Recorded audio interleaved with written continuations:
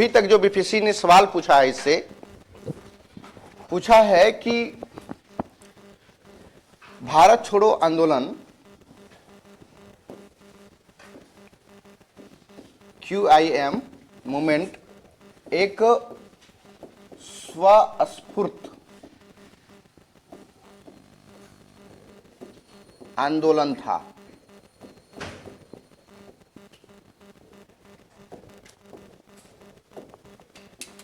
आंदोलन था कैसे? भारत छोड़ो आंदोलन एक स्पॉन्टेनियस मूवमेंट था। कैसे? इसको डिटेल करना है और पूरा 38 मार्क्स का क्वेश्चन पूछा गया था। दूसरा, इसके कारण भी पूछे जाते हैं। इसके कारण, इसके परिणाम भी पूछे जाते हैं, या तो इसी को कहें थोड़ा सा लॉन्ग टाइम जो इसका रिजल्ट होता है तो उसको इम्पैक्ट बोलते हैं, या तो इसको इंपॉर्टेंस कह लीजिए, महत्व। फिर सवाल बनता है कि बिहार में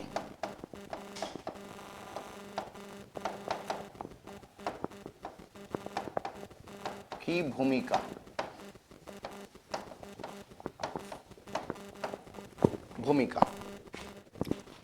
और फिर एक अगला कड़ी बनता है बिहार में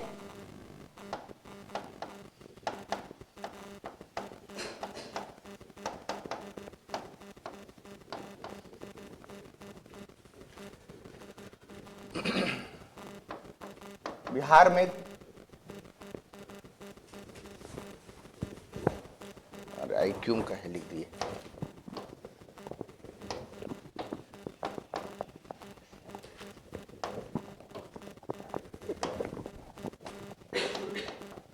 के दौरान आजाद दस्ता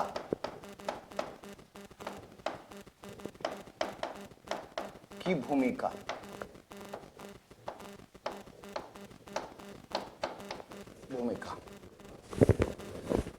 इतने सारे क्वेश्चन इससे बनता है।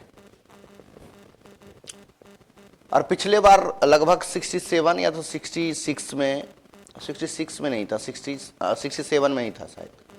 उसमें पूछा था कि भारत छोड़ो आंदोलन एक स्वस्फूर्त आंदोलन था, स्पॉन्टेनियस मूवमेंट। कैसे? इसको सिद्ध करें। इसके बाद सिंपल है कारण, इसके रिजल्ट या तो फिर इंपैक्ट या तो इंपॉर्टेंस, यहां से बन जाएगा। लेकिन कई बार ये वाला सवाल पूछा गया है, बिहार में क्विट इंडिया मूवमेंट की भूमिका, और बहुत ज्यादा ट्विस्ट करेगा या शॉर्ट क्वेश्चन में जाएगा तो आजाद दस्ता। किनका है आजाद दस्ता? जयप्रकाश नारायण। और इसी जगह थोड़ा सा चेंज करेगा तो आजाद दस्ता की जगह पर पूछ देगा जयप्रकाश नारायण की भूमिका। दोनों सेम ही है, आजाद दस्ता की भूमिका या तो जयप्रकाश नारायण की भूमिका। कौन जयप्रकाश नारायण? लोकनायक जयप्रकाश नारायण। ठीक है, तो ये सारे सवाल इस चैप्टर से आते हैं। और इतना हम लोग कंप्लीट कर लेंगे तो यहां से किसी भी तरीके से सवाल पूछे जाएंगे, हम लोग करने में सक्षम हैं।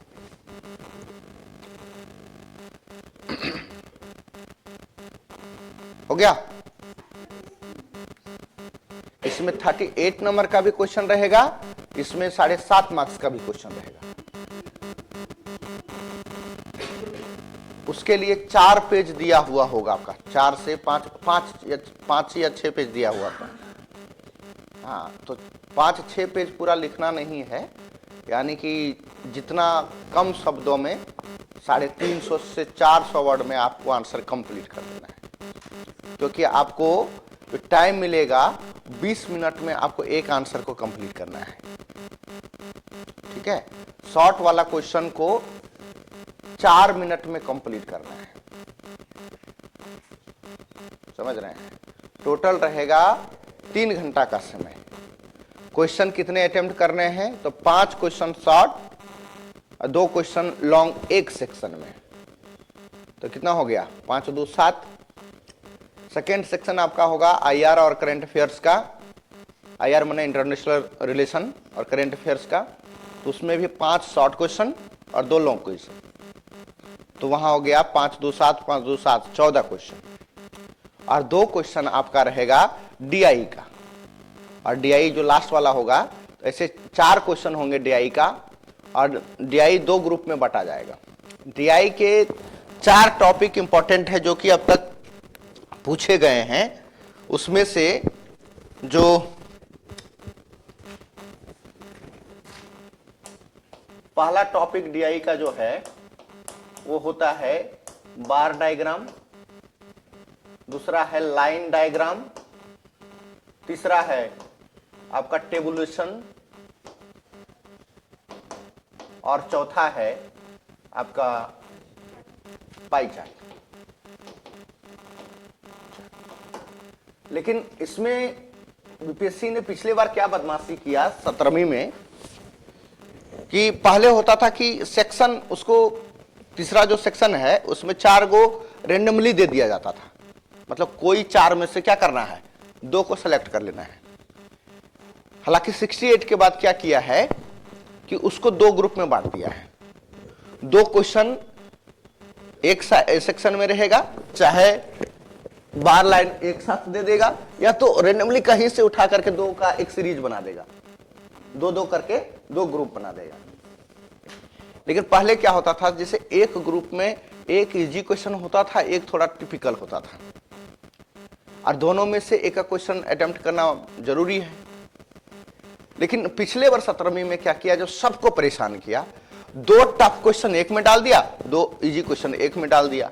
अभी इससे करने के बाद तो 2 इजी में से एक ही सिलेक्ट करोगे, एक जानते हुए भी नहीं कर पाओगे, और दोनों टफ में से एगो करना पड़ेगा, जिसके कारण कि जो बढ़िया मैथ में स्टूडेंट था उसका भी 1 घंटा 5 मिनट 10 मिनट लगा, बड़ा लेंदी पूछ दिया था, करना ही पड़ेगा। 17वीं में मैक्सिमम लोगों का डीआई में माथा खराब किया है, जो इंजीनियरिंग का बच्चा था उसका भी माथा खराब किया हुआ है। तो ये बदमाशी अभी बीपीएससी कर रहा है। पहले होता था कि दोनों में से एक इजी रहता था, तो दोनों एक चूज कर लेता था, और जब सेक्शन नहीं होता था तो 4 में से 2 ही तो चुनना था, 2 इजी वाला लोग बना लेता था। लेकिन इस बार ऐसा ही किया 17वीं में। तो अब आप लोग को, मतलब जिसका मैथ बहुत अच्छा हैवी है, तो वो भी थोड़ा प्रैक्टिस वगैरह सब कर लीजिएगा। चलिए,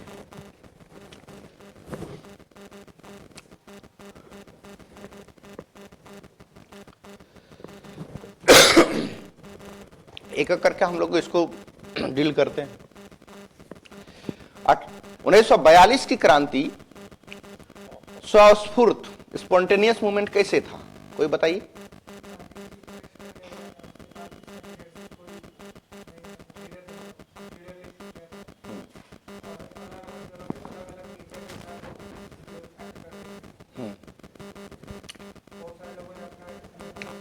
जैसे ट्रेडिशन तो यही रहा, कोई भी मूवमेंट का उसका लीडर होता है, नेता, जिसके नेतृत्व में यह आंदोलन चलता है।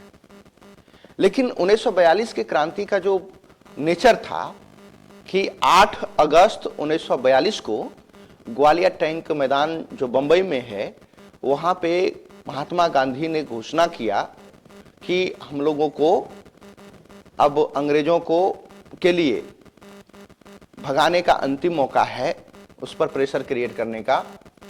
हम लोगों को ये सोच लेना चाहिए कि या तो हम लोग लड़ेंगे या तो मरेंगे, यानी करो या मरो।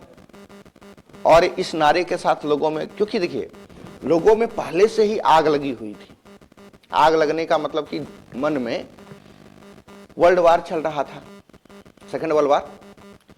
फर्स्ट वर्ल्ड वार के वजह से जो परेशानी आई, 1919 में फर्स्ट वर्ल्ड वार खत्म हुआ, 1928-29 में द ग्रेट रिसेशन चल रहा था पूरी दुनिया में। 28-29-30 में दुनिया के, जिसको वैश्विक महामंदी कहा जाता है, और जिसके कारण ऐसे ही प्राइस इतना हाइक हो चुका था कि आम लोगों के जनजीवन को काफी प्रभावित किया था। ऊपर से ब्रिटिश शासन की जो प्रशासनिक, आर्थिक, राजनीतिक जो पॉलिसी थी उसने तो ऐसे ही कमर तोड़ करके रख दिया था इंडियंस को। ऊपर से ये विश्व युद्ध का मार तो असहनीय था।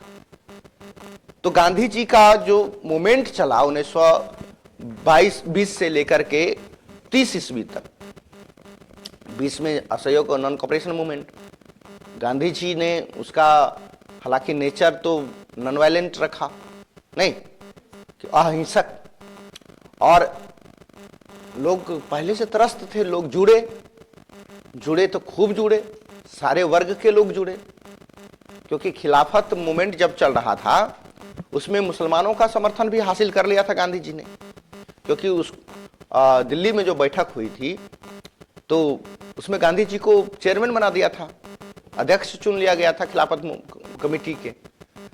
और फिर उसी खिलाफत कमेटी के बाद नॉन कॉपरेशन मूवमेंट जो हमने प्रीलिम्स में पढ़ाया ही है कि इलाहाबाद में घोषणा कर दिया गया कि अब हम लोग नॉन कॉपरेशन मूवमेंट करेंगे। तो सारे लोग जुड़े, महिला, पुरुष, छोटे जात के लोग, बड़े जात के लोग, सारे लोग। एक पैन इंडिया मूवमेंट वो चला, पूरे अखिल भारतीय जिसको मूवमेंट करते हैं। लेकिन उसमें कोलैप्स कहाँ देखने को मिलता है? चौरी चौरा।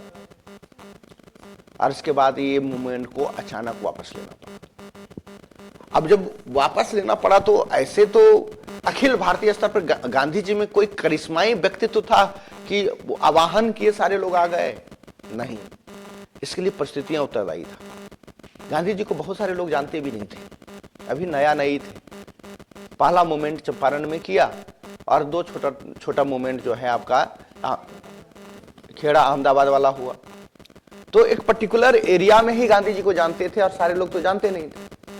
लेकिन हाँ, जब लोग पहले से ही व्यवस्था से त्रस्त हो, ऊपर से महंगाई की मार हो, तो कहा जाता है ना कि जब पेट पर आंच आती है ना तो कुछ भी कर लो, इंसान घर तोड़ दो, दीवार तोड़ दो, जैसा तोड़ा जा रहा है, तो वहां पे ज्यादा दिक्कत नहीं है जैसे। लेकिन पेट पर जब आंच आ जाएगी ना, तब भारतीय लोग, खास करके बिहारी लोग पगलाते हैं। तो वही था, महंगाई, बड़ा खतरनाक स्थिति। अब गांधी जी का मूवमेंट, असहयोग आंदोलन लगभग 2 साल चला। चौरी चौरा होने के बाद इसको रोका गया, इसके बावजूद भी जनता मानने को तैयार नहीं। गांधी जी ने कहा कि अब इस आंदोलन को हम लोग क्या करेंगे, यहीं पे रोक देंगे। लेकिन तब क्या लोग मानने को तैयार थे क्या? इसका मतलब था कि एक लीडरशिप चाहिए था लोगों को। गांधी जी में उम्मीद जगी थी, लोग घर से निकल गए, लेकिन गांधी जी ने कहा कि वापस चले जाओ।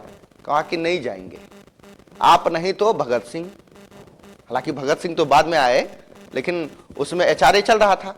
एचआरए माने कौन? Hindustan Republic association.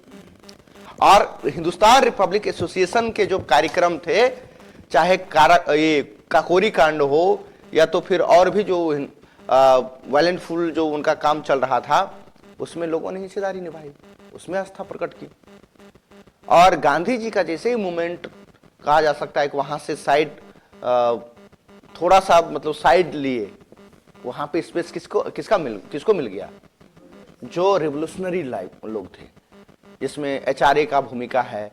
Communist movement नहीं, कम्युनिस्ट मूवमेंट उसमें देखिए भारतीय कम्युनिस्ट पार्टी की औपचारिक स्थापना हो जाएगी, नहीं।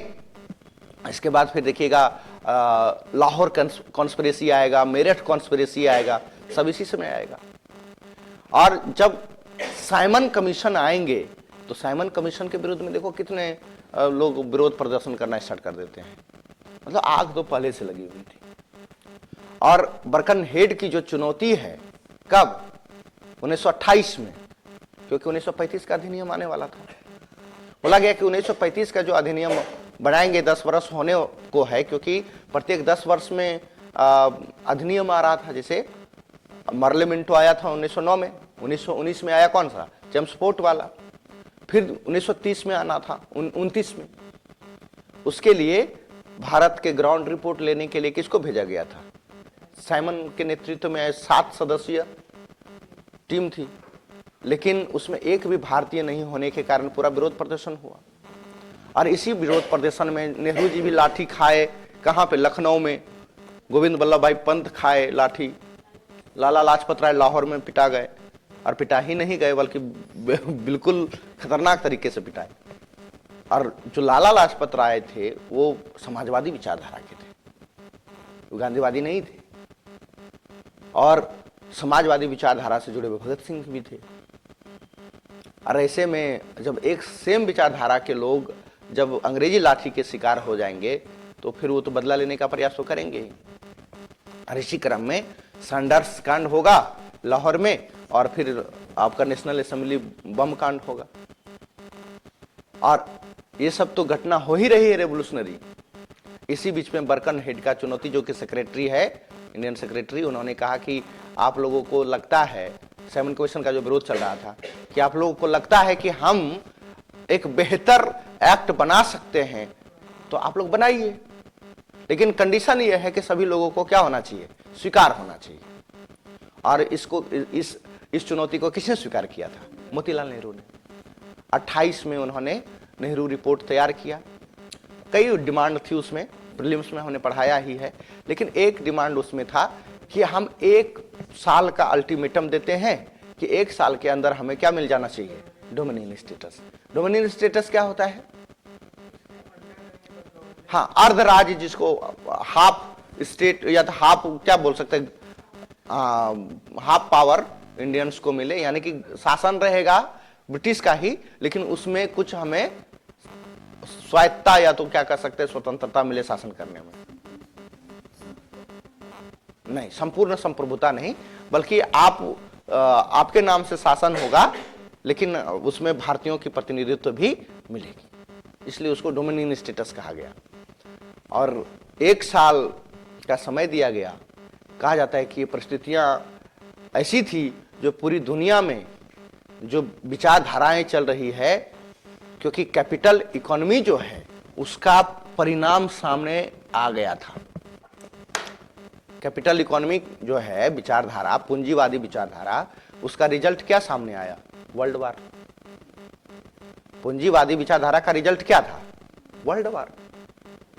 आर्थिक कंपटीशन, हथियार बंद, सैन्यवाद, ये सब कारण थे वर्ल्ड वार के। और पूरी दुनिया में जो पूंजीवादी विचारधारा में जो विश्वास करने वाले लोग थे, उसका दिल टूट रहा था कि पूंजीवादी ये विचारधारा है कि वर्ल्ड वार करवा देगा। तो जो पढ़े लिखे लोग थे, खास करके नेहरू जी टाइप के लोग, या भगत सिंह हो, या तो फिर आपका सुभाष चंद्र बोस हो, लोग कांग्रेस के मेंबर थे, बावजूद उसका झुकाव किधर था? रसिया, सोशलिस्ट विचारधारा। और वहां पे कौन थे रसिया में? स्टालिन। वर्ल्ड वार का पूरी दुनिया में मार पड़ा, आर्थिक महामंदी हुई, लेकिन रसिया में ग्रोथ रेट एकदम एक्सट्रीम ऊंचाई पे था। कई लोग तो बताते हैं कि 20-30% का ग्रोथ रेट। लोग यार, कैपिटल इकोनॉमी और एक सोशलिस्ट इकोनॉमी, लोग किधर झुकाव होगा? परिस्थिति कई बार क्या होता है, विचारधारा को भी पैदा करती है। रसिया का ग्रोथ रेट कैपिटल इकोनॉमी का परिणाम हश्र देख रहा है वर्ल्ड वार के रूप में। तो वहां पे सुभाष चंद्र बोस जैसे लोग, जवाहरलाल नेहरू जैसे लोग का कांग्रेस में क्या होता है, एक नेतृत्व उभर करके सामने आता है। और लाहौर अधिवेशन की अध्यक्षता कौन करेगा? कांग्रेस का जवाहरलाल नेहरू। और यहीं पे उनको मौका मिल जाता है। 1 साल का जो टाइमलाइन दिया हुआ था कि 1 साल के अंदर हमें क्या चाहिए, डोमिनियन स्टेटस। इन्होंने लाहौर में दिसंबर महीना में ही होता था आईएनसी का जो वार्षिक सेशन है। कभी कभी जब वो स्पेशल सेशन बुलाता था तो सितंबर माह में बुला लेता था। तो दिसंबर माह में लाहौर में हुई कांग्रेस का अधिवेशन, और चुनौती दे दिया ब्रिटिशर्स को कि हमने अल्टीमेटम दिया था 1 साल के अंदर हमें डोमिनियन स्टेटस दीजिए, लेकिन आप लोगों ने नहीं दिया। अब हम लोग डोमिनियन स्टेटस को मानने को तैयार नहीं हैं। अब हमें क्या चाहिए? पूर्ण स्वराज। और पूर्ण स्वराज के लिए एक मूवमेंट तैयार होना था, और किसके नेतृत्व में होना था? गांधी जी को। क्योंकि गांधी जी 1920 से 22 के दौरान उन्होंने लीडरशिप दिया लोगों में। 10 साल का 8 साल का थोड़ा सा गैप भी आ गया था आंदोलन में। और जब कोई चीज देर के बाद खाते हैं तो उसमें स्वाद रहता ही है। गांधी जी आते हैं तो उनको लगता है कि फिर से, क्योंकि एक तो विश्वास टूटा है मेरे ऊपर लोगों का, क्योंकि बीच चौरा चौरी कांड के बाद वापस गए थे, तो हमको एक ऐसा कॉमन इशू लेना है जिसके वजह से लोग फिर से इकट्ठा हो सके। उन्होंने कहा कि नमक वाला जो है सारे लोगों का एक इशू है, उस पर लगान दर बढ़ा दिया है, उसी को आधार बना करके सभी नया अवज्ञा आंदोलन करते हैं। तो कुल मिलाकर के कहने का सेंस ये हुआ कि जितना भी परिस्थितियां थी इंटरनेशनली, नेशनल, सब में एक लीडरशिप की आवश्यकता थी, और उस लीडरशिप को देने का किसने प्रयास किया था? बड़े बड़े कांग्रेसी नेता, जिसमें गांधी जी प्रमुख रूप से थे। और वर्ल्ड वार फर्स्ट समाप्त होने के बाद जो इंपैक्ट रहा, उस इंपैक्ट के बाद परिस्थितियां बहुत सी बदल गई। गोलमेज सम्मेलन हुआ, गोलमेज सम्मेलन के बाद देखिएगा पूना पैक्ट भी आता है गांधी और अंबेडकर के बीच में, उस पर सहमति बनती है।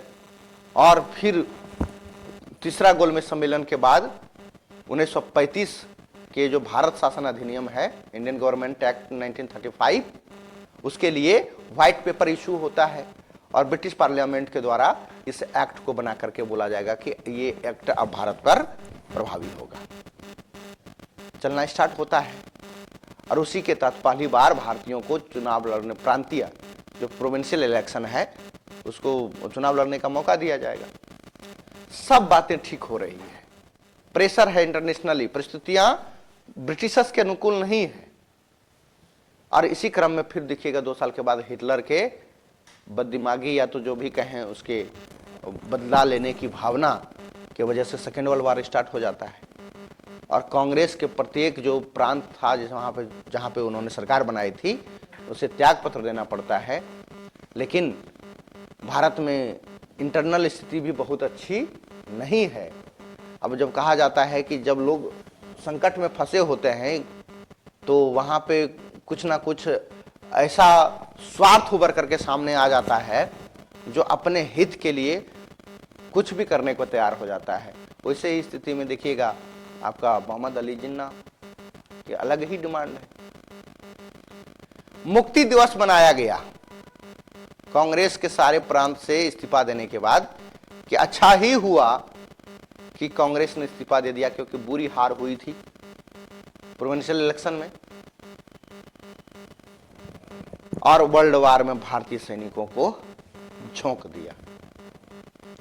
भारत के जो भारतीय उपनिवेश में जो ब्रिटिश सैनिक था, बिना भारतीयों से पूछे हुए, बिना उसके सहमति से वर्ल्ड वार में भारत को बेवजह झोंक दिया गया। हालांकि उस समय गांधी जी ने ब्रिटिशर्स के सामने ये प्रस्ताव दिया कि हम जब तक वर्ल्ड वार होगा तब तक हम ब्रिटिशर्स के ऊपर प्रेशर नहीं बनाएंगे, बाद में सलट लेंगे, बाद में हम लोग बात कर लेंगे, लेकिन बीच में कोई दिक्कत नहीं है। लेकिन बातें ये थी कि गांधी जी तो मन से तैयार नहीं थे। उन्होंने कहा मास मूवमेंट खड़ा नहीं करेंगे, लेकिन इंडिविजुअल सत्याग्रह तो कर ही सकते हैं। 1940 से लेकर के देखिएगा 1942 के बीच में व्यक्तिगत सत्याग्रह चलेगा।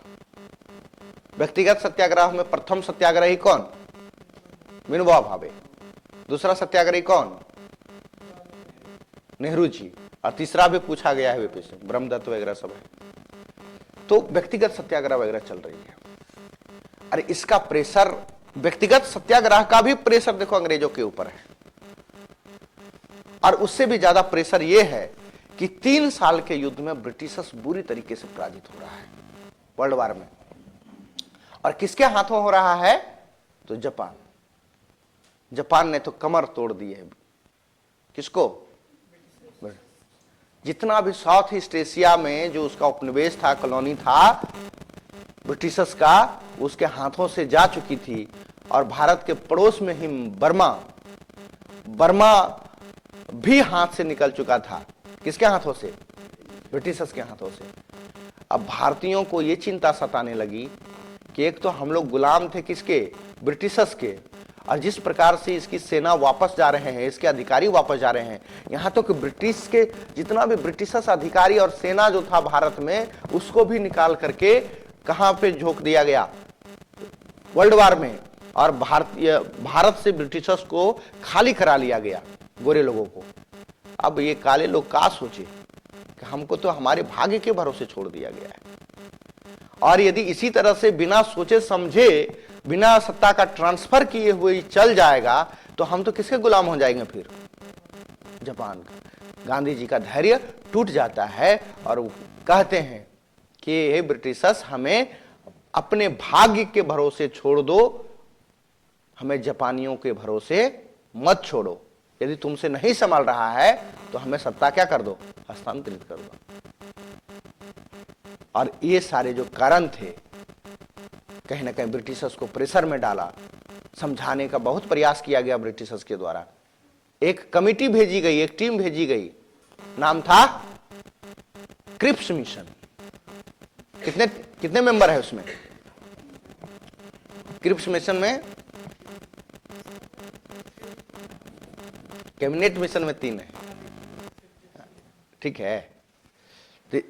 कैबिनेट मिशन में 3 थे, तो उसी में से कैबिनेट मिशन में से एक ही क्रिप्स के नेतृत्व में एक डेलीगेशन टीम भारत आई और समझाने का प्रयास किया गया कि एक काम करते हैं, सत्ता ही चाहिए ना, तो अभी युद्ध चल रहा है, बाद में बात कर लेंगे, अभी डोमिनियन स्टेटस ले लीजिए। फिर से बात कौन सा आ गई? डोमिनियन स्टेटस, जो कि कब से बात चल रही थी? 28 का। हम इसलिए बहुत पुराने गए कि आप लोग को ये पूरा लिंक हो सके, यदि आपने प्रीलिम्स वाला भुला गए हैं तो याद आ जाए कि ले लीजिए। लेकिन गांधी जी क्या मानने को तैयार थे, या बड़े नेता मानने को तैयार थे? उन्होंने कहा, यार तुम तो ऐसे ही हारे पड़े हो और हमें अर्धराज्य दे रहे हो। अलग अलग नेताओं का अलग अलग स्टेटमेंट आता है। गांधी जी क्या कहते हैं इसको? यह तो पोस्ट डेटेड चेक हो चुका है। नेहरू जी कहते हैं ये जंग लगी हुई कील के समान है। ये कील होता है ना, स्पाइक, और जो जिसमें जंग लगा हो और उसको हथौड़ी से ठोकिएगा तो टूट जाएगा। तो अलग अलग तरीके से अलग अलग लोगों का स्टेटमेंट आता है। यानी कि क्रिप्स मिशन को निराश होकर के वापस जाना होता है, और क्रिप्स मिशन के प्रस्ताव को भारतीय लोग क्या कर देते हैं? ठुकरा देते हैं, नहीं मानते हैं। और अल्टीमेटली जो परिस्थितियां विपरीत बन रही है, प्राइस इतना हाई हो चुका है वर्ल्ड वार से, लगातार 2 वर्ल्ड वार, पहली वर्ल्ड वार से उभरे नहीं, आर्थिक स्थिति खराब ही है, अब फिर से दूसरा वर्ल्ड वार। बताओ कि आम लोगों की दशा क्या रही होगी? आम लोग तो टूट पड़ने को तैयार थे। खाली गांधी जी ने सिर्फ एक ही बात बोला 8 अगस्त को कि डू और डाई। इतना ही बात में ब्रिटिशर्स ने उसके भोर तक नहीं होने दिया, 9 तारीख सुबह भी नहीं होने दिया, और ऑपरेशन 0 आवर चला करके बड़े से बड़े जितने भी कांग्रेसी लीडर्स थे उसको क्या कर दिया गया? अरेस्ट कर दिया गया। अब जब बड़े नेता गिरफ्तार हो जाएंगे तो आंदोलन तो स्वस्फूर्त हो ही जाएगा ना। लीडरलेस मूवमेंट, 1942 की क्रांति को क्या कहा जाता है? लीडरलेस, नेतृत्व विहीन क्रांति। और लोग अपने तरीके से, क्योंकि गांधी जी ने एक नारा दे दिया करो और मरो का, अपने तरीके से जो जैसे आ रहा है। नेता सब जेल में है, कौन सा दिशा में आंदोलन चलेगा? लेकिन गांधी जी ने इस बात को वहां से कहा कि आंदोलन हमें कैसे करके जाना है, अहिंसक रास्ते से लेके जाना है। लेकिन लोग मानने को कहां तैयार है। परिस्थिति तो बहुत भयानक है, और जैसा जहां मन हो रहा है वैसे लोगों ने अपना भूमिका निभाया। आंदोलन हो गई हिंसक, रेलवे पटरियां उखाड़ दे रहा है, उड़ा दे रहा है, सरकारी दफ्तर में आग लगा दे रहा है, पोस्ट ऑफिस में आग लगा दे रहा है। जो तार सेवा था, तार सेवा से यहां से वहां कनेक्ट हो जाते थे, ब्रिटिशर्स फौज मंगा लेते थे, उसको तोड़ दे रहे थे, जला दे रहे थे। यानी कि पूरे तरीके से कम्युनिकेशन और परिवहन साधनों को क्या कर दिया? एकदम डिस्ट्रॉय कर दिया। जितना भी सरकारी कागज दस्तावेज था जिसपे कि कैसे चार्जेस वगैरह सब लगा था, सबको जलाना स्टार्ट कर दिया। कई लोग गोली के शिकार भी हो रहे थे। समय आएगा 9 नवंबर 1943 है कि 42 है, 42, बिहार में एक बड़े नेता जयप्रकाश नारायण जी और उसके मित्र हजारीबाग जेल में बंद है। दिन है दीपावली, और दीपावली की रात 4-5 दोस्त हजारीबाग जेल फांद करके भाग गए। अब भाग करके कहां चले गए? नेपाल के राजविलास जंगल। और क्योंकि भारत से पार, क्योंकि वो अलग एक स्टेट था, वहां जाकर के उसके जंगलों में इन लोगों ने एक छापामार युद्ध पॉलिसी, जिसको गुरिल्ला वारफेयर या टेक्निक्स कहते हैं, तो उस छापामार युद्ध तकनीक से एक ऑर्गेनाइजेशन बनाया, एक संगठन बनाया जिसका नाम था आजाद दस्ता। इसमें कुछ बड़े बड़े लोग जुड़े, जिसमें कि राम मनोहर लोहिया बहुत बड़े समाजवादी नेता, उषा मेहता उनके साथ थी।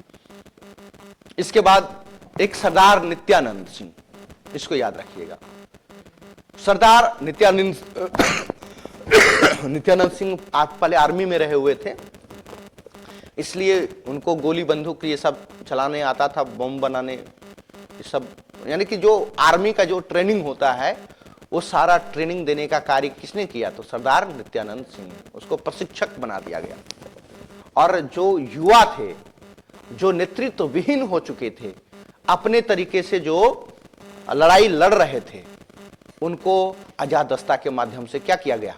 ट्रेनिंग दिया गया कि देखो, ब्रिटिशर्स चाहे कितना भी कमजोर हो जाए, उसके पास तकनीक है, उसके पास रिसोर्सेस है, और उस संसाधन के सामने हम लोग निहत्थे लोग, जिसके पास की ट्रेडिशनल आपका हथियार है नहीं, तो कितना दिन तक टिक पाएंगे? सामने से लड़ना बड़ा मुश्किल है। इसलिए हम लोगों को क्या करना चाहिए? डायरेक्ट नहीं लड़ करके गुरिल्ला वार टेक्निक से लड़ना चाहिए, छापामार युद्ध नीति। और उसको सिखाया, बोला कि हमें करना क्या चाहिए?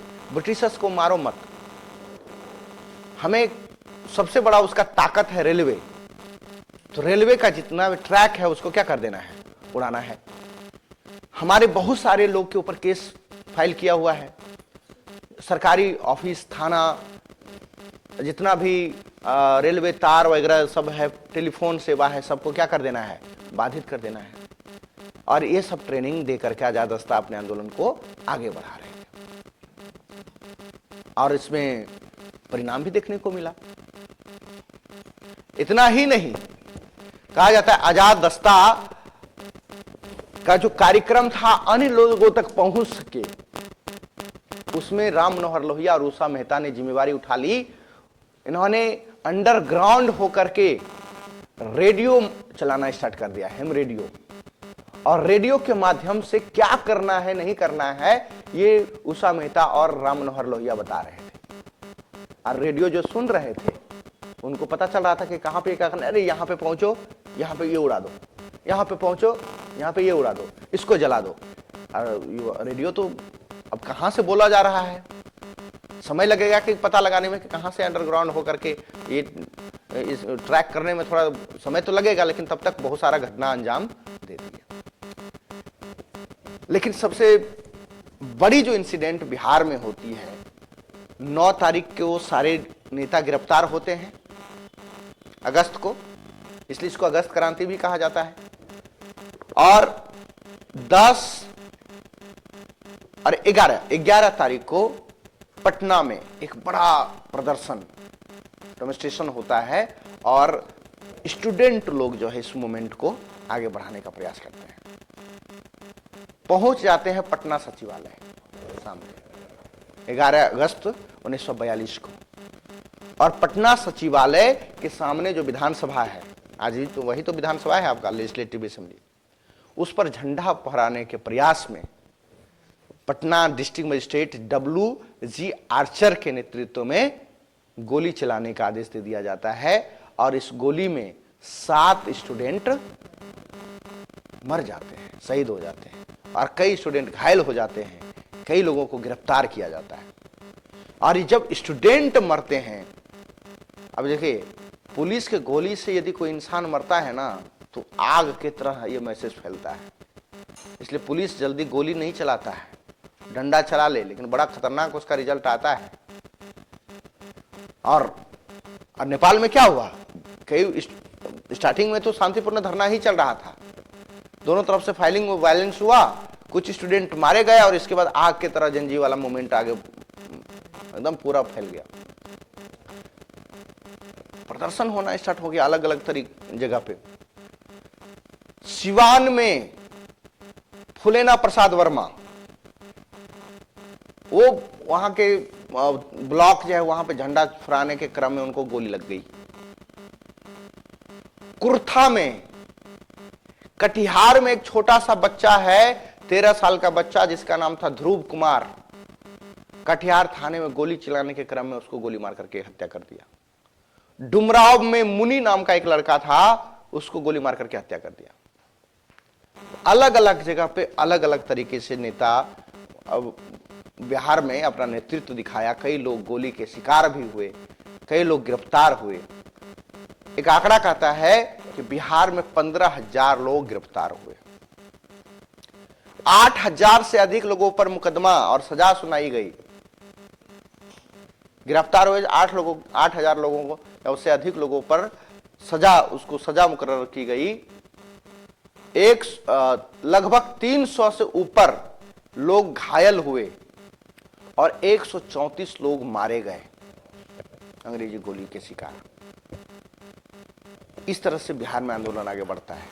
महिलाओं ने भी कम भूमिका नहीं निभाई। अब किसी के बेटे को गोली मार दोगे तो महिलाएं घर में रहेंगी, महिला भी सड़क पर उतर गई। गांधी मैदान में एक भयंकर जुलूस, एक प्रदर्शन किया गया और कहा जाता है पूरा गांधी मैदान फुल था उस दिन। वहां से एक रणनीति बनाया गया कि किस तरह से आंदोलन को आगे बढ़ाना है। छपरा से एक शांति देवी नामक महिला थी, वो अपने सैकड़ों महिलाओं के साथ रोड पर निकल गई। अब जैसे ही पुलिस डंडा चलाते उन्होंने एक नारा गढ़ दिया, पुलिस हमारा भाई है, पुलिस हमारा भाई है। ब्रिटिश पुलिस तो नहीं समझ पाता था कि वो हमारा भाई है, लेकिन जो इंडियन पुलिस जो था वो डंडा चलाने से रोक देते थे। तो महिलाओं ने भी खतरनाक भूमिका निभाई। इसके अलावे यहां पे कई समानांतर जो पैरेलल गवर्नमेंट लोकल लेवल पर चलाया गया, जैसे सियाराम दल भागलपुर में, परशुराम दल, महेंद्र गोप, ये सारे जो लीडर्स हैं वो क्या करते थे कि बड़े बड़े जो जमींदार या तो हैसियत वाले लोग थे उसको लूट लेते थे, डकैती करते थे और डकैती करके अपनी सरकार चलाते थे। टैक्स पैसा आ जाता था, हथियार लूट लेते थे और उन्होंने मतलब स्वतंत्र तरीके से हम ब्रिटिश सरकार के अधीन नहीं हैं, हम अपनी सरकार चला रहे हैं। इस तरह से वो बिहार में 1942 के क्रांति के दौरान कई जगह पे पैरेलल गवर्नमेंट देखने को मिलती है। पूर्णिया हो या बलिया हो, बलिया आपका बेगूसराय में एक जगह है छोटा सा, हालांकि बलिया उत्तर प्रदेश में जहाँ चित्तूर पांडे वहां से मूवमेंट को लीड किया था। तमलुक बंगाल में, वहां से भी पैरेलल गवर्नमेंट बनी थी। और एक सतारा महाराष्ट्र, वहां भी जो है एक पैरेलल गवर्नमेंट बनाया गया था। वो तो बड़े लेवल पर का था, लेकिन बिहार की मैं बात कर रहा हूँ। कई जगह पे जो है स्थानीय गवर्नमेंट बनी जो कि ब्रिटिश सरकार के पैरेलल चल रही थी। हालांकि ब्रिटिश का दमन निरंतर जारी रहा, कई लोगों को गिरफ्तार किया गया, गोली मारा गया, जिसके कारण कि धीरे धीरे ये आंदोलन कमजोर पड़ गया, दमन कर दिया गया। जयप्रकाश नारायण को नवंबर 1943 के लास्ट तक उन्हें भी गिरफ्तार कर लिया गया। राम मनोहर लोहिया गिरफ्तार हो गए और बड़े बड़े लोग जो है गिरफ्तार हो गए। जो भी बाहर ऐसे बड़े नेता तो जेल में ही थे। बिहार में जो लीड कर रहे थे बड़े नेता जो जेल से भाग करके, जैसे जयप्रकाश नारायण, मनोहर लोहिया, उषा मेहता, इन लोगों को भी गिरफ्तार कर दिया। तो नेतृत्व विहीन आंदोलन कितना देर तक चल सकता है? दबा दिया गया, आंदोलन को कुचल दिया गया। लेकिन भले ही आंदोलन कुचल दिया गया हो, लेकिन आजादी से पहले भारत का यह अंतिम बड़ा आंदोलन था और एक पहला गांधी जी के द्वारा आयोजित आंदोलन था, जिसमें नेचर ने, वो जो गांधी जी का जो स्वभाव था उसके बिल्कुल क्या था, अपोजिट था, विपरीत था। और जिन्होंने कि पूरे तरीके से ब्रिटिश सरकार को घुटने पे ला खड़ा किया। वर्ल्ड वार समाप्त हुई 1945 में। परिस्थितियां बिल्कुल विपरीत था। मित्र राष्ट्र जीत गए भले, लेकिन ब्रिटेन की कमर टूट गई थी, क्योंकि महाशक्ति था वो, पैसा जा रहा था उसका। और वहीं पे वैश्विक क्या बोलते हैं कि ऑर्डर में क्या बोलते हैं कि चेंज हुआ, और वहां पे ब्रिटेन के जगह पे एक महाशक्ति बनकर के कौन उभरा?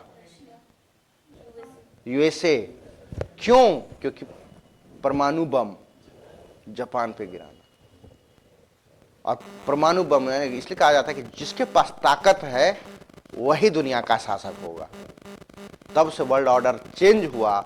ब्रिटेन के जगह पे स्थान किसने ले लिया? यूएसए ने लिया। ये एक ट्रेजरी थी वर्ल्ड वार में वर्ल्ड ऑर्डर चेंज हुआ। और कई लोग तो मानते हैं कि कोविड काल में भी वर्ल्ड ऑर्डर चेंज हो चुका है, और यूएसए के जगह पे अब चाइना या तो उससे बड़ा शक्तिशाली बन चुका है, लेकिन वही बात है कि अभी लोग स्वीकार करने को तैयार नहीं है। आज भी लोग मानते हैं कि अमेरिका ही शक्तिशाली है, लेकिन पूरी दुनिया में चाइना किसी से भी कम नहीं है। ये इसको भारत के लिए भी हो सकता है। अगला ट्रेजरी का इंतजार करना पड़ेगा कि कोई ऐसा ट्रेजरी आए। हाँ, बहुत ज्यादा आगे। चलिए, यही मोटा मोटी कहानी था। तो इसी चीज को हम लोगों ने अलग अलग तरीके से लिखा है। पहला परिचय है, परिचय को नोट करिए।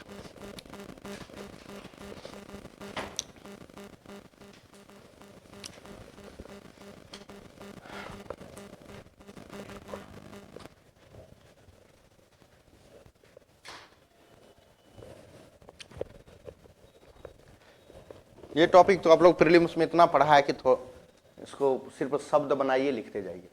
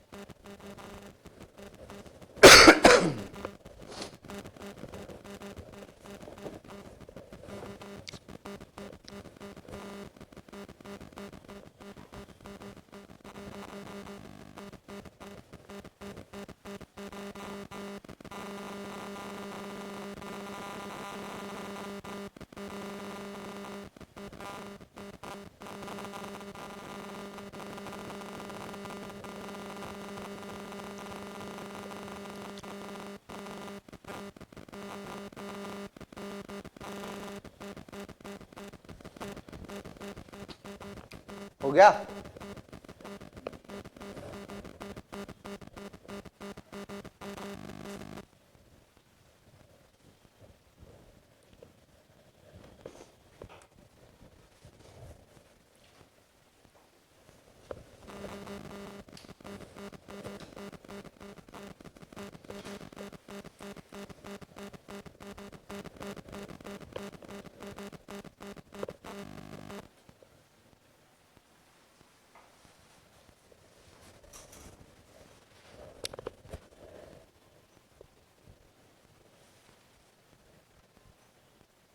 अब दोनों में से जो आपका इच्छा हो वो मैप बना सकते हैं। अब जब मैप बनाइएगा तो इसमें थोड़ा सा ध्यान रखिएगा। यहाँ ओहो हो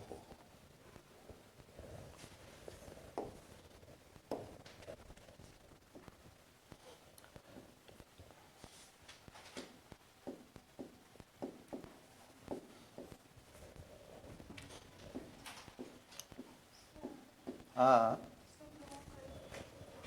छूट गया। लो,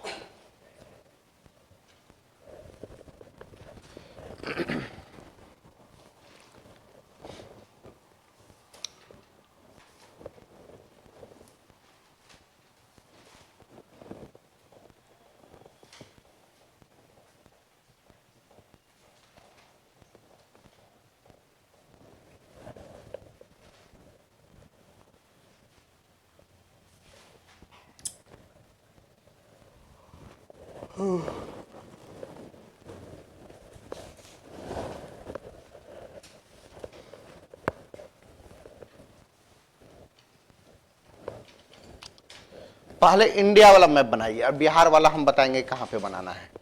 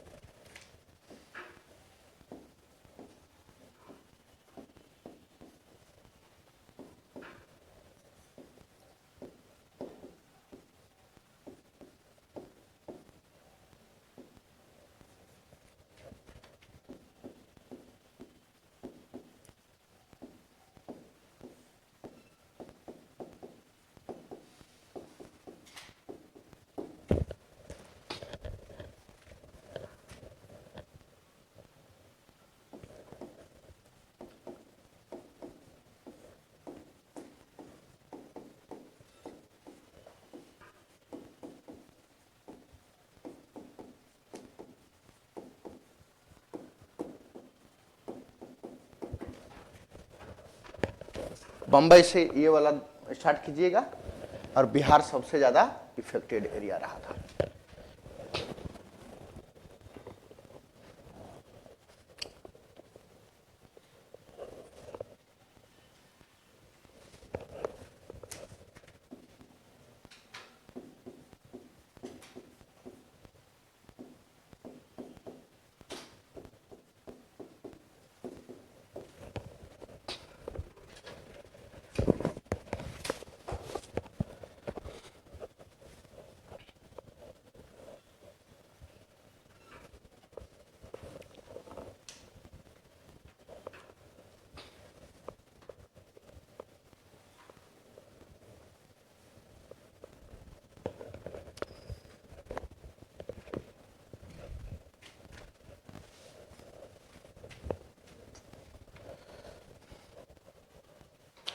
मोस्ट इफेक्टेड एरिया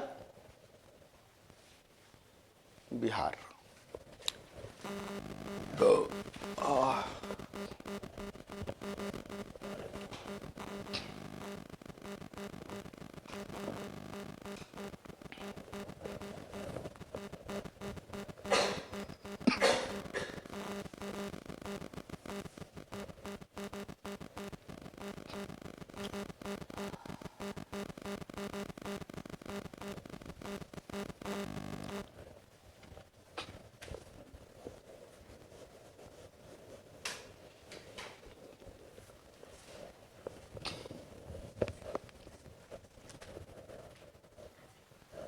चलिए इसको बाद में बनाएंगे, जब बिहार में पहुंचेंगे ना तो फिर इसमें कर लेंगे, पहले इतना ही कर लीजिए।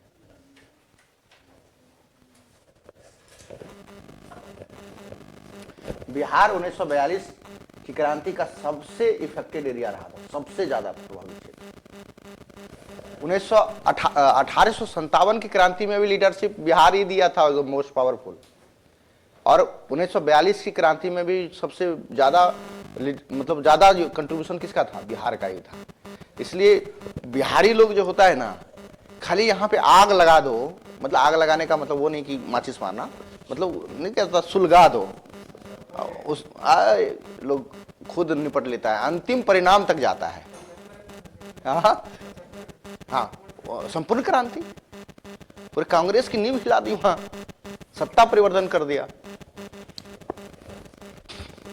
इसलिए इसको क्रांति का भूमि कहा जाता है बिहार, रेवोल्यूशन, त्वरित परिवर्तन।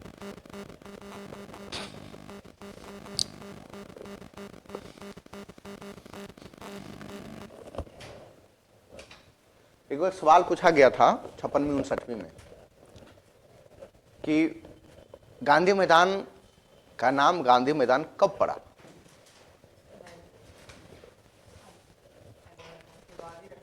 नहीं, 1942 की क्रांति के दौरान, 1942 की क्रांति के दौरान ही रखा।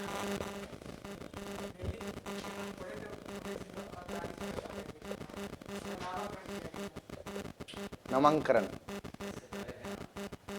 अब कोई ऐसा तो नाम नहीं दिखाई पड़ता है किताबों में, लेकिन एक प्रश्न बीपीएससी ने पूछा हुआ है। हालांकि कोई डॉक्यूमेंट्री हमको मिला नहीं है कि इसका क्या हिस्टोरिकल बैकग्राउंड है।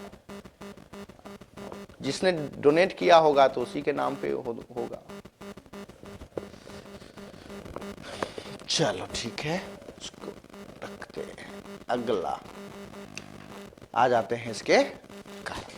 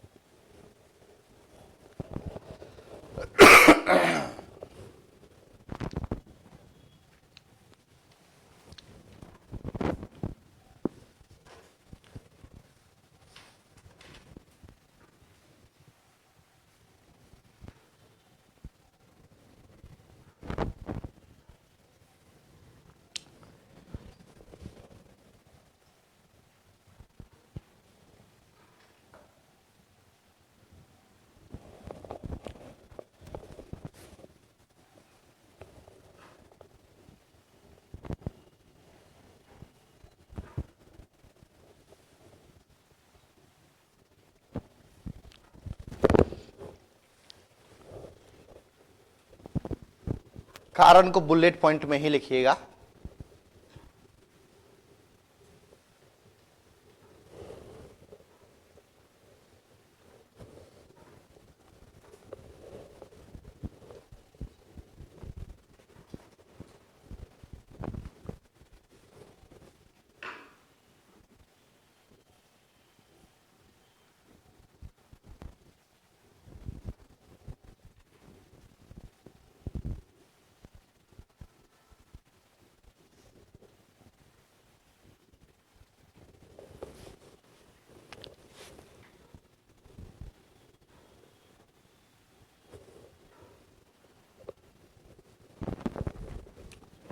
हो गया? जितना लेक्चर दिया था उतना ही सब यहाँ पे लिखा हुआ है, समझाने की जरूरत ही नहीं है।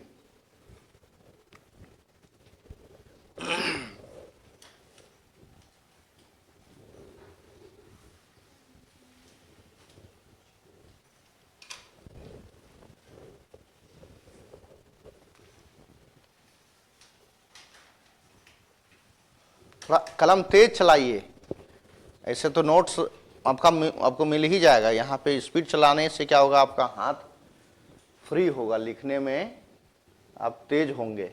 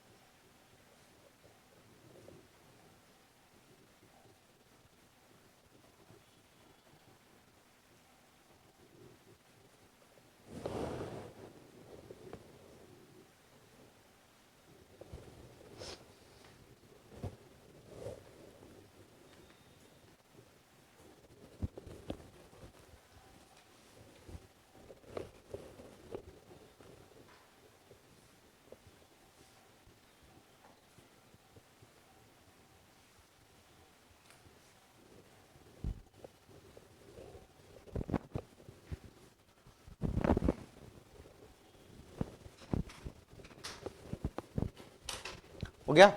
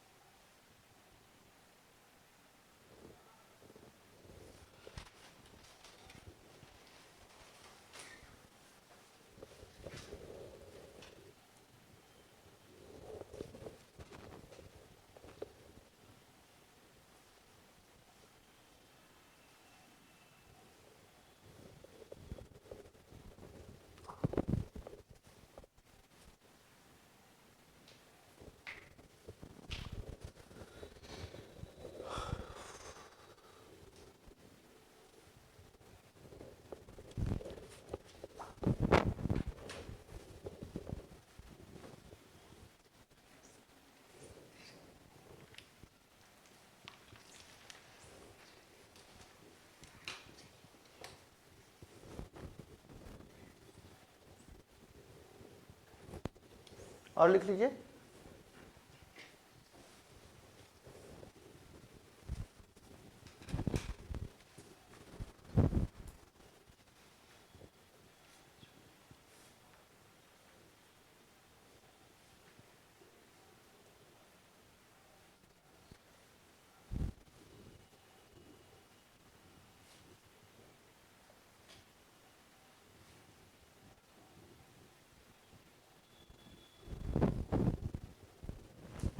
यानी यह जो आंदोलन है, द्वितीय विश्व युद्ध के दौरान ब्रिटिशर्स की कमजोर स्थिति भारतीयों को संगठित करने का एक बहुत बेहतरीन मौका था, क्योंकि सारे लोग वैश्विक जो आर्थिक रिसेशन है उससे जूझ रहे थे, परिस्थितियां विपरीत थी और अधिक से अधिक ऐसी स्थिति में आंदोलन में भागीदारी बढ़ सकता था।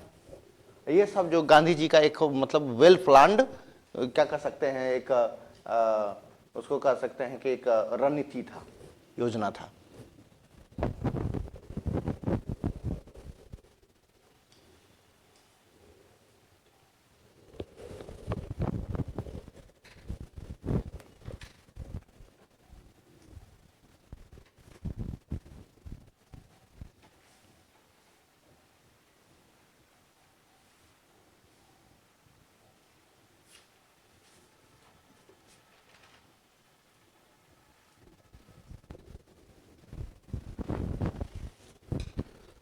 हो गया।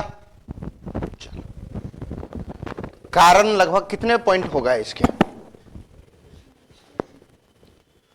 6। काफी है 6 पॉइंट, और लगभग सारे बात को तो कह ही दिया इसी पॉइंट में।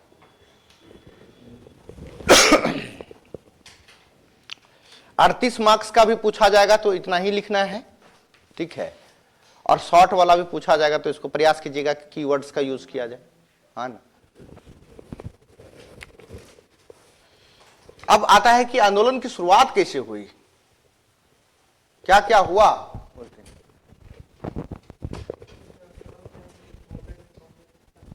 हाँ हाँ, वहाँ पे प्रस्ताव रखा गया 9 तारीख को पास करना था, लेकिन 8 तारीख को पास हुआ।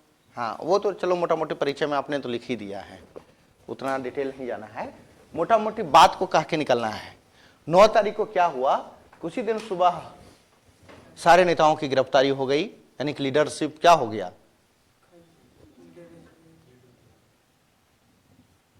लीडरलेस हो गया मूवमेंट। और वहीं पे तो स्वस्फूर्त होगा ना, स्पॉन्टेनियस मूवमेंट वहीं से स्टार्ट होगा।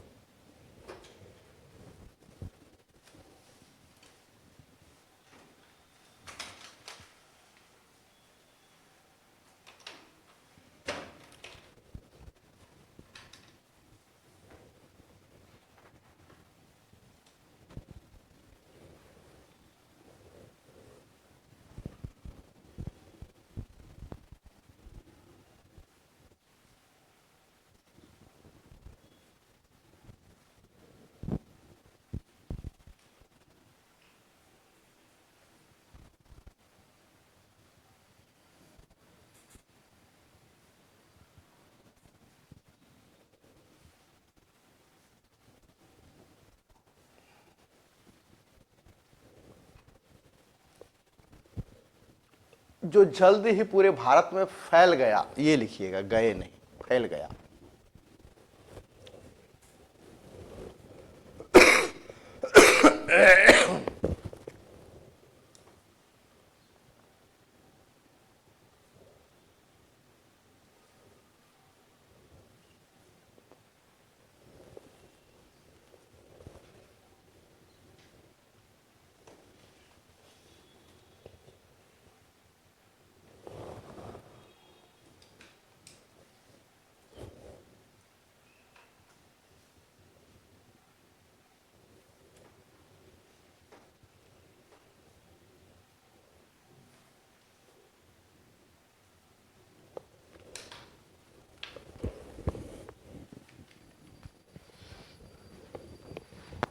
हो गया।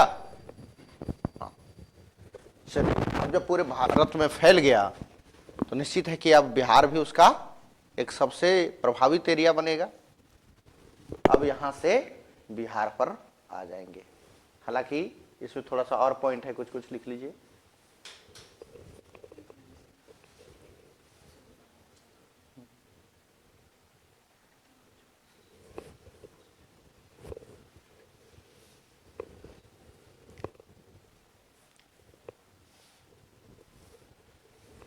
हो गया। भारत के विभिन्न क्षेत्रों में हड़तालों और जुलूसों के रूप में स्वस्फूर्त विद्रोह प्रदर्शन हुए, स्पॉन्टेनियस।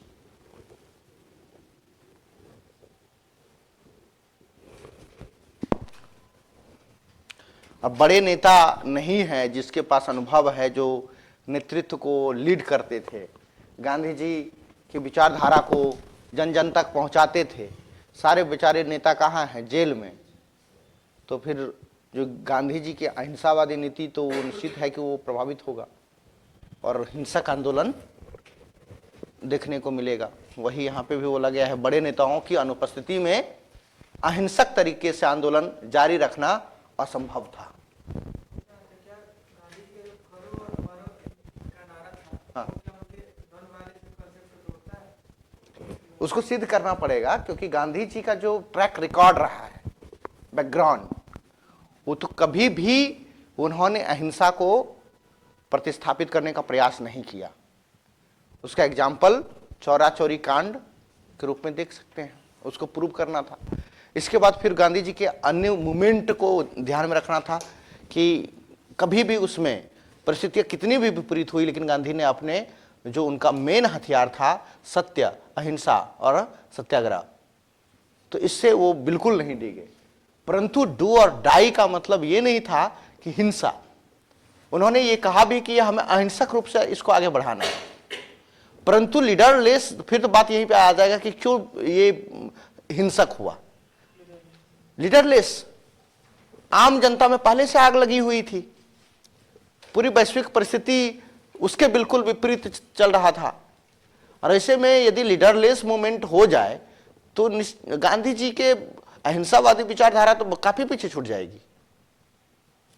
हालांकि गांधी जी से ये पूछा भी गया था जेल में, इन्होंने बड़ा साफगोई सफाई दिया था कि मेरा कहीं भी उद्देश्य इस मूवमेंट को वायलेंट करना नहीं था, परंतु जब लोग ही, आपने वैसा ही काम किया कि सबको गिरफ्तार करके जेल में डाल दिया, तो आप यानी कि आपने वैसा ही मतलब उसको दबाने का प्रयास किया, तो इसमें क्या बोला जा सकता है? ये जनता की आवाज थी।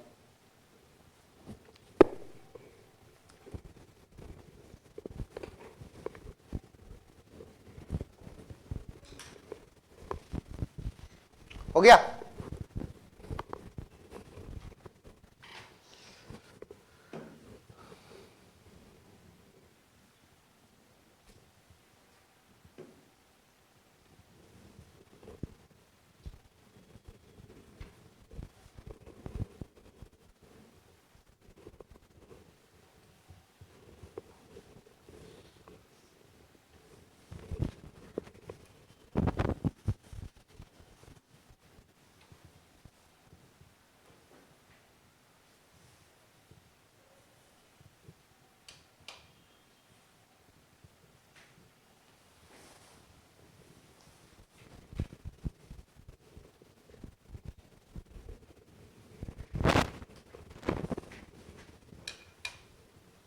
अब आइएगा, हेडिंग डालिए, बिहार में भारत छोड़ो आंदोलन।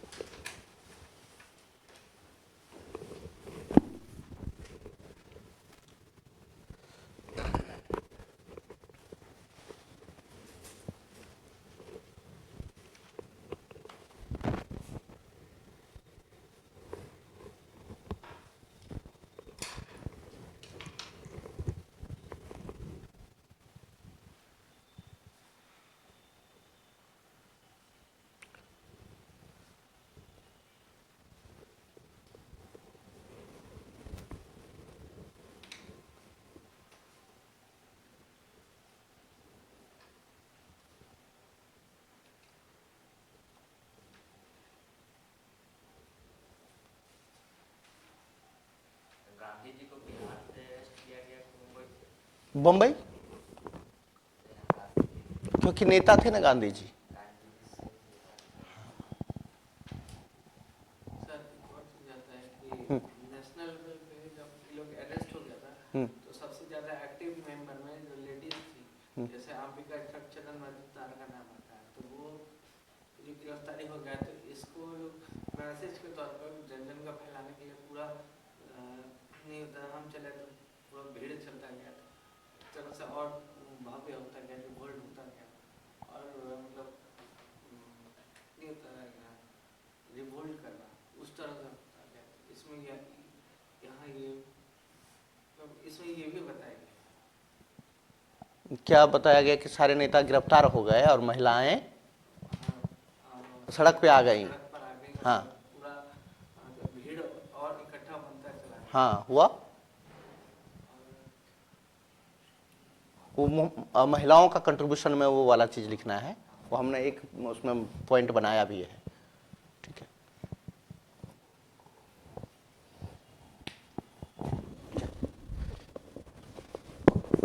गांधी जी का नाम इसलिए इसमें डाला क्योंकि गांधी जी इसके बड़े नेता थे। गांधी जी की गिरफ्तारी तो हुई ही हुई, लेकिन इसके बाद जितने भी बिहार के और बड़े बड़े जो नेता थे वो गिरफ्तार हो गए, और जिसके कारण कि पूरा लीडर ही गिरफ्तार हो गया, तो फिर तो निश्चित है कि आंदोलन वायलेंटफुल होगा ही। अब देखो क्या क्या किया गया बिहार में और कैसे ये आंदोलन आगे बढ़ी, इसका थोड़ा सा फ्लो चार्ट या तो अपने तरीके से आप जो भी इसको जैसे बनाए डायग्राम वगैरह उसको बनाइए कि बिहार में जो आंदोलन हुआ भारत छोड़ो, उसमें क्या क्या एक्टिविटी हुई। तो पहला जो एक्टिविटी की, कांग्रेस पर इन्होंने प्रतिबंध लगाया। दूसरा कि सचिवालय गोलीकांड, 9 अगस्त को सब बड़े नेता गिरफ्तार हुए, 10 नहीं 11 को पटना वाला सचिवालय कांड हो गया, और सचिवालय कांड जो हुआ गोलीकांड, उसके विरुद्ध में मास मूवमेंट गांधी मैदान में तैयार किए गए। और कहा जाता है कि इसके बाद जो बिहार में पूरा जो ब्रिटिश सरकार का जो वहाँ पे सप्रेशन चल रहा है, दबाने की नीति चल रही है, इस चीज को जब प्रकाश नारायण जैसे लोग बर्दाश्त नहीं कर सकते थे, जेल में रहने के बावजूद भी जेल की दीवारों को फांद करके भाग गए और युवाओं को नेतृत्व प्रदान करने का प्रयास किया। आजाद दस्ता का गठन हुआ, आजाद दस्ता के ऊपर कार्रवाई भी हुई। ब्रिटिश सरकार ने पूरा दमन की नीति को यहाँ पे चलाया। क्रांतिकारियों का भी प्रतिक्रिया, अपना रिएक्शन देखने को मिलता है। महिलाओं का भी योगदान रहा और कई जगह पे पैरेलल गवर्नमेंट भी स्थापित किया गया।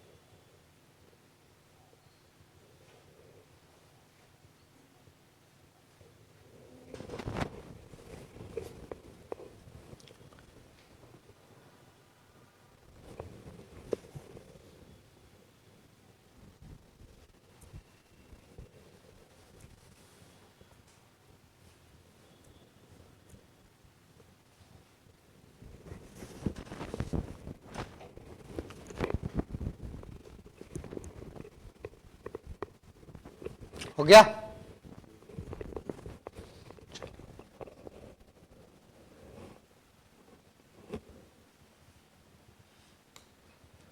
अगला जो हम लोग लिखेंगे, कांग्रेस पर प्रतिबंध, हेडिंग। 9 अगस्त को एक ऑर्डिनेंस जारी किया गया ब्रिटिश सरकार के द्वारा, अध्यादेश लाया गया कि भारत में जितना भी कांग्रेस का जो संस्था है, जितना भी प्रोविंशियल हो या तो डिस्ट्रिक्ट स्तर पे हो या तो सेंट्रल लेवल पर हो, सभी जगह कांग्रेस को क्या कर दिया जाए, गैर कानूनी संस्था घोषित कर दिया जाए। बिहार में भी बिहार प्रांतीय कांग्रेस जो प्रोविंशियल कांग्रेस कमेटी था उसको भी भंग कर दिया गया। तो अखिल भारतीय चरखा जो पॉलिसी यहाँ पे गांधी जी का चल रहा था उसको जब्त कर लिया गया। कुछ जो है आपदा कोष में राशि वगैरह जमा हुआ करता था, जैसे 1932-33 में जो बिहार में भूकंप आया, 34 में एक्चुअली, खतरनाक तरीके से, तो बहुत पैसा वगैरह सब जमा हुआ होता था, कांग्रेस उसके लिए काम भी करते थे, तो वो पैसा पे कब्जा कर लिया। यहाँ ये नहीं, मतलब कई समाचार पत्र जो थे जो कि लिखते थे स्थानीय भाषाओं में, वर्नाकुलर जितना भी प्रेस था उसको भी जाके प्रतिबंध लगा दिए गया। 10 अगस्त को जो सदाकत आश्रम है और कदम कुआं में एक इसका जिला कार्यालय हुआ करता था कांग्रेस का, वो उसको जब्त कर लिया। बिहार में सारा एक्टिविटी देखने को मिलता है, तो इसको लिखिए।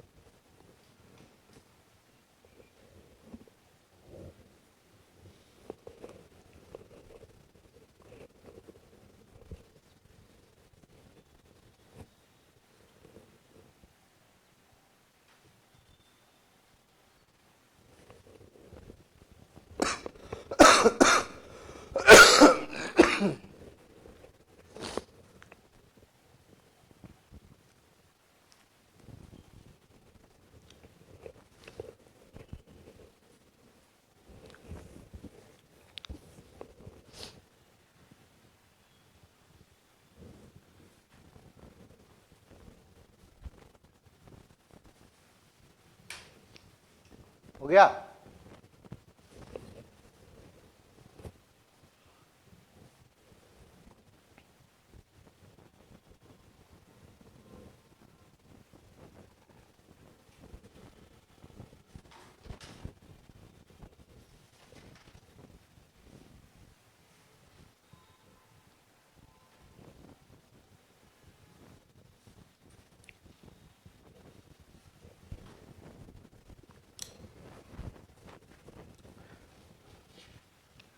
उन्नीस 1942 की क्रांति के दौरान गांधी जी को गिरफ्तार करके कहां पे रखा गया था? कहां है ये?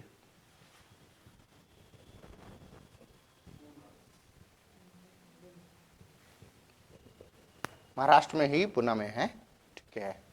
और राजेंद्र बाबू को बांकीपुर जेल, और जयप्रकाश नारायण को हजारीबाग। हाँ किनको?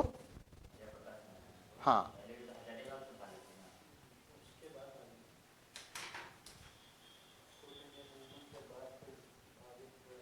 नहीं तो वो सबको तो गिरफ्तार वहीं करके रखा गया था ना। तो बिहार से, जैसे बिहार में कई नेता गिरफ्तार हुए, तो जयप्रकाश नारायण, राजेंद्र बाबू, मथुरा प्रसाद, अनुग्रह नारायण सिंह, ये सारे लोग गिरफ्तार हुए। जो पटना में गिरफ्तार हुए तो पटना के बांकीपुर में रखा गया। जो जहां से गिरफ्तार हुए उस आसपास जो, हाँ हाँ वहां से गिरफ्तार हुए, जेल में बंद किया गया। इसके बाद फिर वो भाग के निकल गए। यरवदा जेल में कौन? यरवदा जेल वो ये गांधी जी थे, लेकिन वो पूना पैक्ट के समय में यरवदा में थे। जो जिसमें पूना पैक्ट हुआ ना डॉक्टर अम्बेडकर के साथ, वो यरवदा जेल में। हो गया? चलिए अब आ जाइए सचिवालय कांड।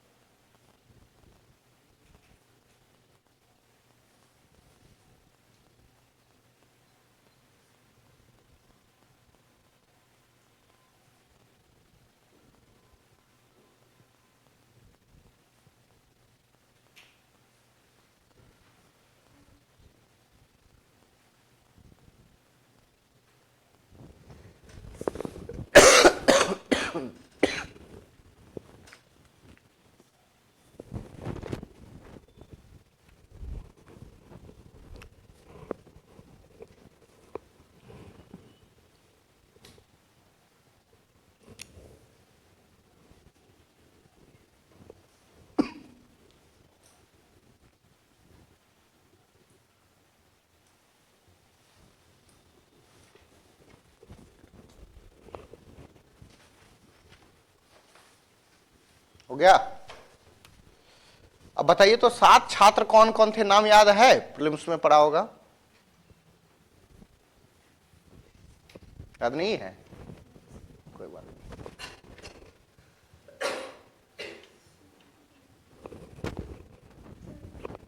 नहीं लिखे अभी तक?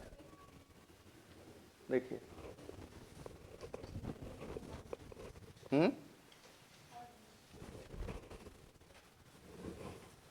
और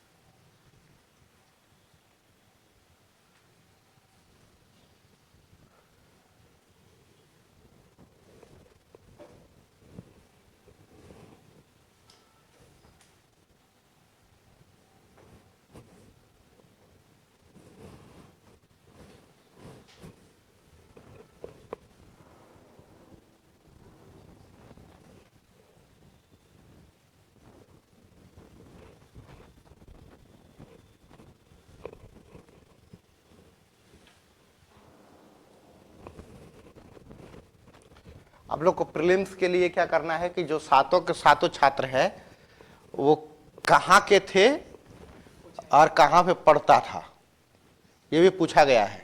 इसी बार गलती हो गया था। क्या क्या करना है? इतना धीमा लिखिएगा तो फिर कैसे होगा?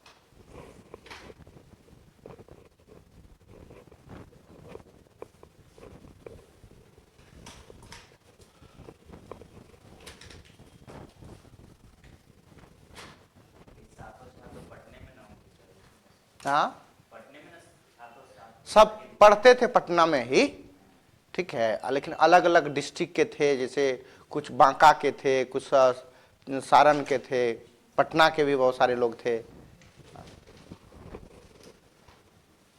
और ये वाला जो खबर था ये बहुत ज्यादा मतलब क्या कर हतप्रभ करने वाला खबर था, और इसी के वजह से महिला और पुरुष दोनों सड़क पर निकल गए बिहार में। इन लोगों ने प्रदर्शन किया था गिरफ्तारी के विरुद्ध में, जो बड़े बड़े नेता गिरफ्तार हुए थे उसके अगेंस्ट में प्रदर्शन था, लेकिन इन लोगों की जैसे ही मृत्यु हुई, गोली चली, इसके बाद पूरे बिहार में जो है ना एक क्रांति सा आ गया। यार ये लोग तो स्टूडेंट को भी नहीं छोड़ रहा है, इतना असभ्य तरीके से गोली चला रहा है।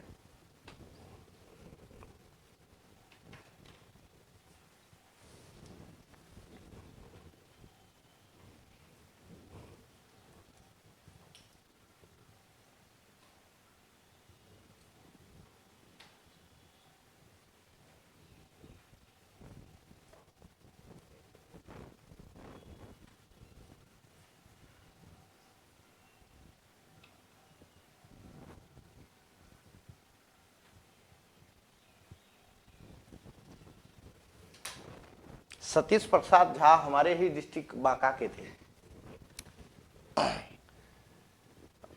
इसके बाद अलग अलग जगह पे अलग था।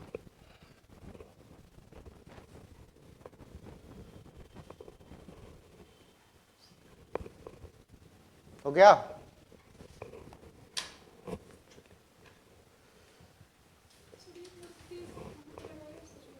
अब विधानसभा नहीं गए हैं सचिवालय, पुराने सचिवालय जाइए, एकदम पूरा चौराहा लगा हुआ बना हुआ है, तो जाइए कभी घूमने जाइए।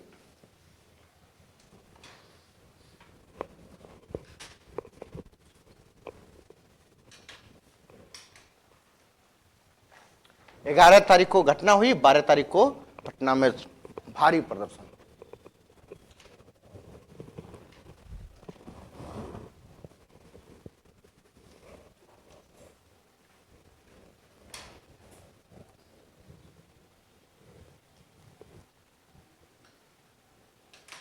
जगत नारायण लाल की अध्यक्षता में एक प्रपोजल पास हुआ। इसमें कहा गया, वही बात कहा गया कि संचार सुविधाओं को एकदम नष्ट कर दो, सरकारी कार्यालयों में कार्यों में बाधा पहुंचाओ, तार टेलीफोन लाइन ये सब बाधित कर दो। हिंदी वाला जल्दी लिखिएगा, अंग्रेजी में पीछे लिखा हुआ है।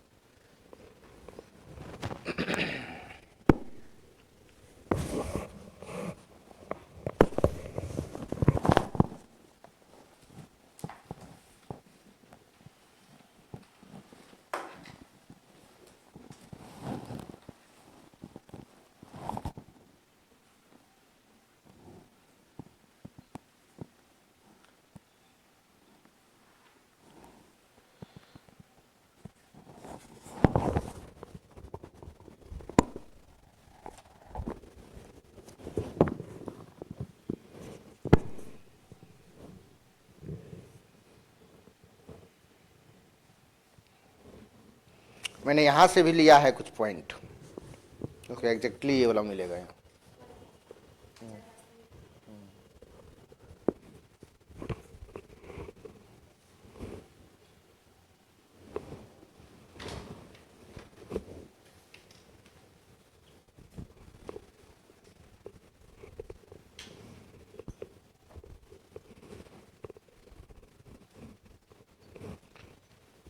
हो गया, चलिए ठीक,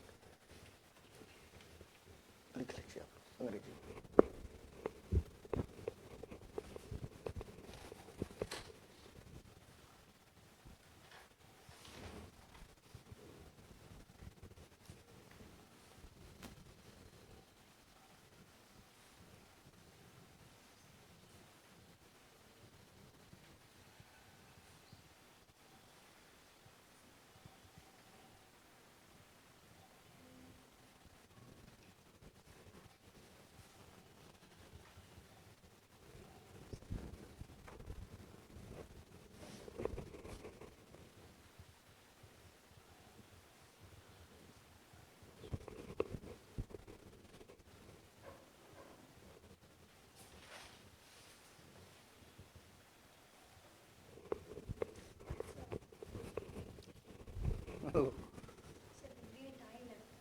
लिखो।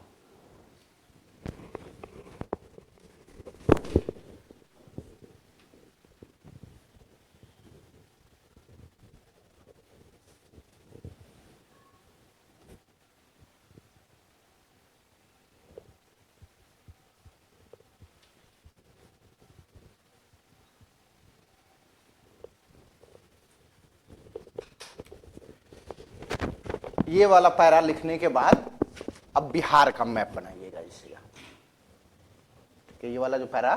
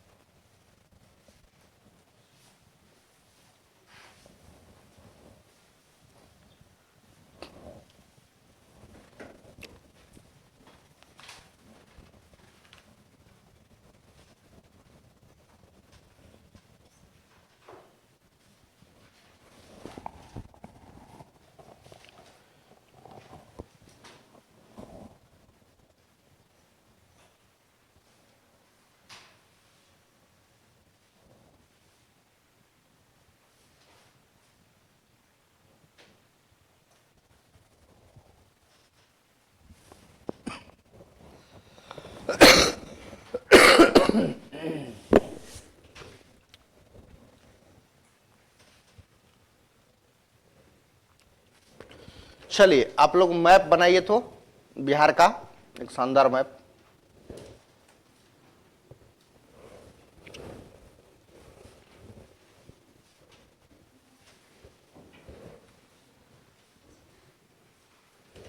हो गया मेरा? कहाँ चल गया?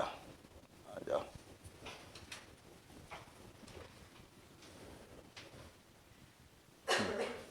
बनाइए तो बिहार वाला मैप।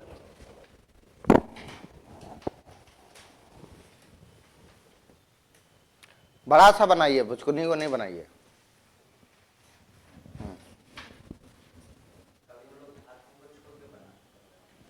नहीं तो बिहार में ही देखिए कितना नाम मैंने लिखा दिया, उसी को करना है सबमिशन। चाहे तो झारखंड वाला करेंगे।